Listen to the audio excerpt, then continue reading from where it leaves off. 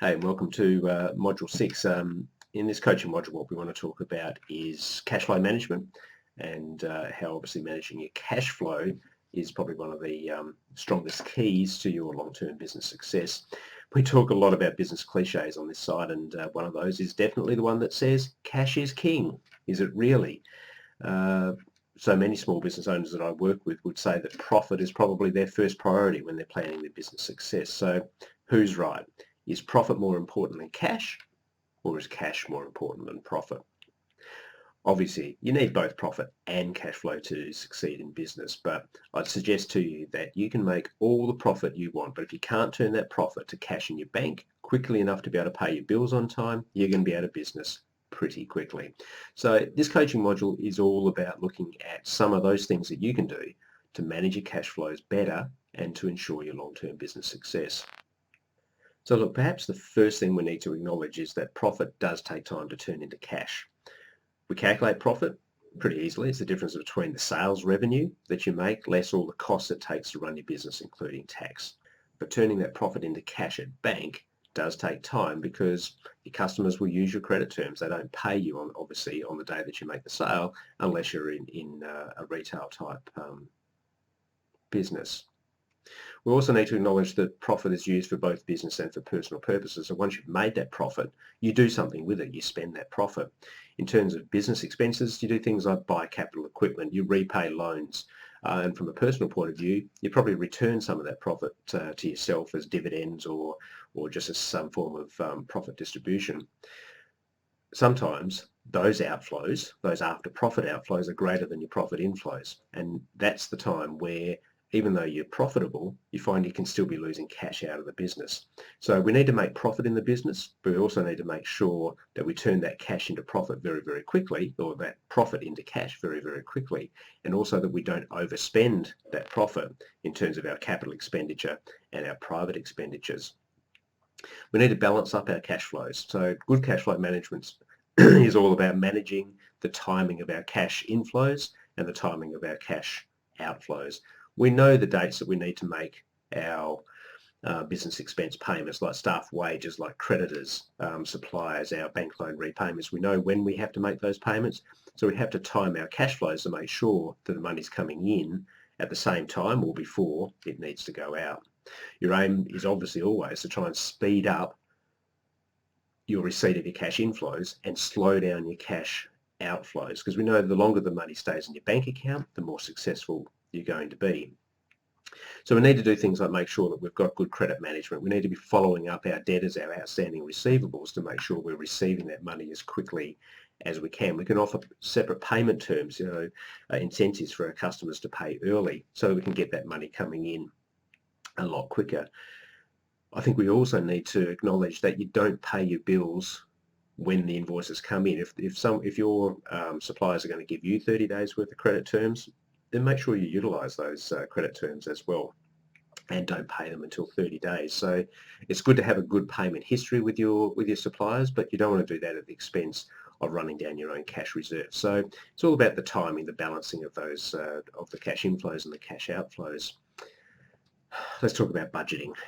You hate to do budgets. I hate to do budgets. Everyone hates to do budgets. We know that budgets are boring and we know that they're out of date the day that we do them, but they're so important to do.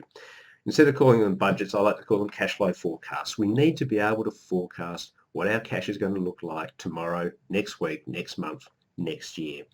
Look, I think the forecast should be for at least 12 months, and you need to update them monthly as your trading conditions change, so they become true forecasts. So we set a budget based on what we think is going to happen over the next 12 months, but as reality kicks in every month, we update it for actuals, but then we also pitch that forward for the next month and for the next 3 months and for the next 12 months to give us a good idea about what we actually think we're forecasting in reality. We know trading conditions change, so you can't set and forget a budget. You've got to make sure that it's being used as a rolling cash flow forecast so that you can keep it up to date.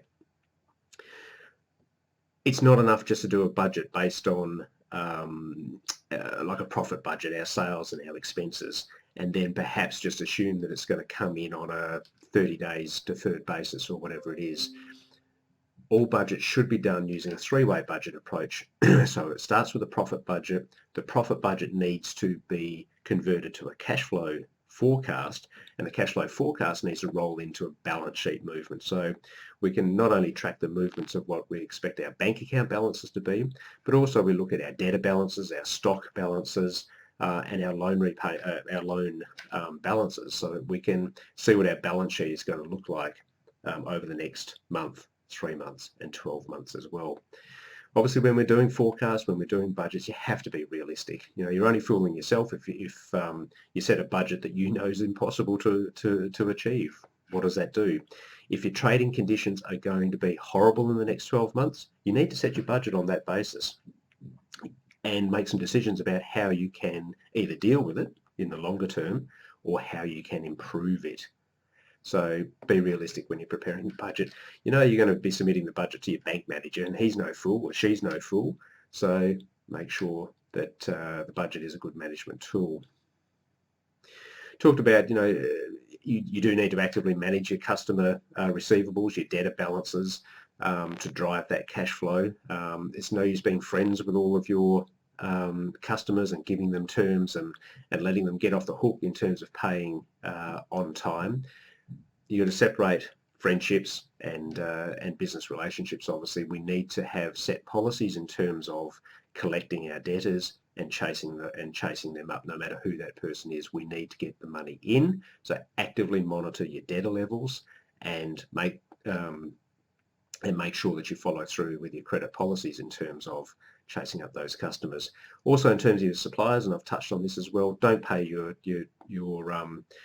supplier bills too early. If you have got available 30-day terms to pay your suppliers, pay them within 30 days. Keep the money in your bank account for as long as you possibly can. Stock levels, inventory levels, absolutely burns up cash all over the place. So think about the profit calculation. The more stock you have on hand, the higher your profit will be. And that's because in accounting terms and for taxation terms, you don't recognise the cost of that inventory until you physically make the sale. So you can look like you have a brilliantly profitable business, but you've got stock levels that have jumped from $100,000 to $500,000 to $1 million over time. And if it has made that jump from $500,000 to $1 million, you've just tied up $500,000 worth of cash. Your profit results show that you've made $500,000 profit just on that part of the transaction, but you haven't converted to cash yet. It's sitting in stock. So managing inventory levels is really, really important. You cannot build up excess stock in your business because it just ties up huge amounts of working capital. Capital purchases really need to be carefully managed as well. So capital purchases, for one, we shouldn't be paying for them in one go. If you buy a vehicle, a truck, if you buy a machine, they're going to last in the business for 2 years, 3 years, 5 years, 20 years. Wherever possible, we need to try and buy that capital asset using a loan facility that matches the useful life, or a large chunk of that at least anyway. So if a truck is going to be good in your business for 3 years, we want to spread the repayments or the cost of that truck over that 3-year period. So we need to buy capital assets using loan funds or some form of finance facility that spreads our commitments out over a period of time. At the same time, we're also going to be really careful that you don't overcommit your available cash flow to make those capital purchases. So it might be fantastic that we think buying a new piece of machinery is going to make a big difference into our business, and we absolutely should do it, and we can stick it on a 5-year loan or a 10-year loan, and it's not going to cost us that much each year to be able to pay for it. But it is an extra cost in the business. It is an extra drag on your cash flow. So we have to use our budgets, our cash flow forecast, to make sure that we will have enough cash flow to fund that capital purchase. There are times when you have to say no to capital purchases, no to capital expansions, because it just doesn't make sense from a cash flow point of view, even though it may drive improved profits in the business. Obviously, in terms of personal drawings or dividends or profit distributions out of the business, don't overpay those. You need to be realistic in terms of how much money you leave in the business and how much you take out of the business for private purposes. So make sure there's always enough money reinvested back into the business to build up that cash buffer against negative trends in your business, things that change, and also to pay down your longer term debt finance. So you reduce your reliance on bank finance. You build your own sustainability, you build your own resilience in the business by having less debt. So I think it's important that as business owners, you do get a dividend distribution or a share of profits. That's what being in business is all about, and you do need to have, you know, receive some of the benefits of being in business and working so hard. So yes, you should be taking dividends. Yes, you should be taking profit distributions, but you need to make sure you're also reinvesting back into the business as it goes through its growth cycle.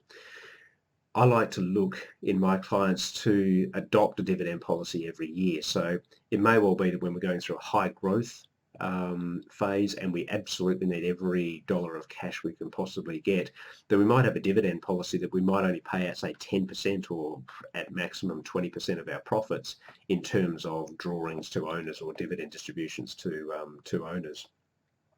If we're at a more mature part of the phase of the business and we're ticking along making good profits, we don't have to reinvest back into the business a lot, then that dividend policy might come up to 50 or 60 or 70% of profits being paid out to the shareholders or the business owners.